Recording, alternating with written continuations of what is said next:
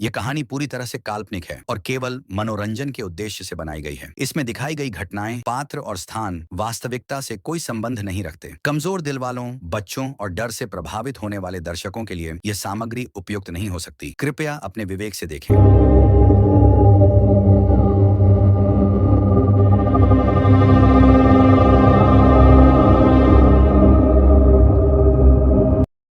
कहते हैं हर राज्य का राजा मरने के बाद इतिहास बन जाता है, लेकिन कालगढ़ का राजा कभी इतिहास नहीं बना। वो आज भी अपने सिंहासन पर बैठा है, सड़ा हुआ लेकिन जिंदा। उसकी लाल आंखें अब भी घूरती हैं और इंतजार करती हैं किसी नए मूर्ख के जो सिंहासन पर बैठे और उसकी जगह ले। सालों पहले कालगढ़ राज्य अपनी शान और समृद्धि के लिए मशहूर था। वहाँ के राजा वीरेंद्र सिंह अपनी वीरता और न्यायप्रियता के लिए जाने जाते थे, मगर उनके महल में एक रहस्य छुपा था। एक ऊंची अंधेरी मीनार जहाँ राजा हर रात अकेले जाया करते थे। कहा जाता था कि मीनार में बुरी शक्तियां वास करती हैं। राजपुरोहित ने राजा को कई बार चेतावनी दी, वहाँ बुरी आत्माएं वास करती हैं, मगर वीरेंद्र सिंह ने हंसकर कहा, राजा हूँ, भूतों से डर जाऊंगा तो प्रजा मुझ पर कैसे विश्वास करेगी। एक रात महल का एक रसोइया भटकते हुए गलती से मीनार के दरवाजे तक पहुँच गया। अगली सुबह उसका कटा हुआ सिर महल के मुख्य दरवाजे पर टंगा मिला, लेकिन उसका शरीर कभी नहीं मिला। पूरे राज्य में दहशत फैल गई, मगर राजा ने इसे एक दुर्घटना बताकर नजरअंदाज कर दिया। कुछ ही दिनों बाद राजा के व्यवहार में अजीब बदलाव आने लगे।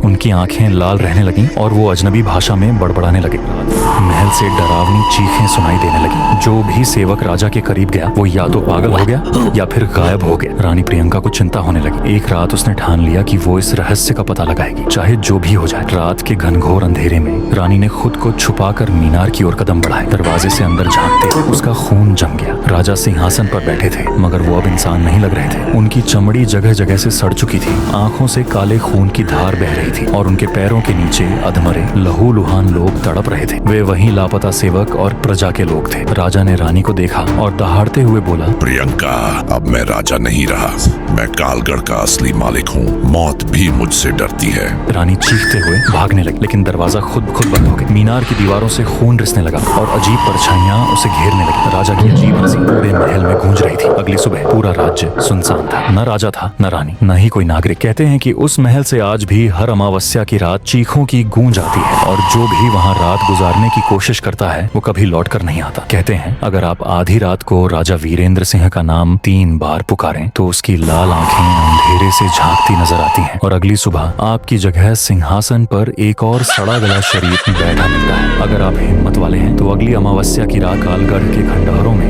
राजा का नाम 3 बार पुकार कर देखिए, लेकिन याद रखिए अगली सुबह शायद आप फिर से इंसान न रहें। तो दोस्तों, ये थी आज की खौफनाक कहानी, लेकिन याद रखना हर कहानी का एक दूसरा चेहरा भी होता है जो शायद हमने अभी तक देखा ही नहीं। अगली बार फिर मिलेंगे एक और डरावनी दास्तान के साथ। तब तक डर को महसूस कीजिए, क्योंकि डर ही जिंदा होने का एहसास कराता है। मिलते हैं हॉरर हब पर अगली खौफनाक रात में। तब तक अकेले मत सोना, कौन जाने परछाई आपकी ही हो या किसी और की।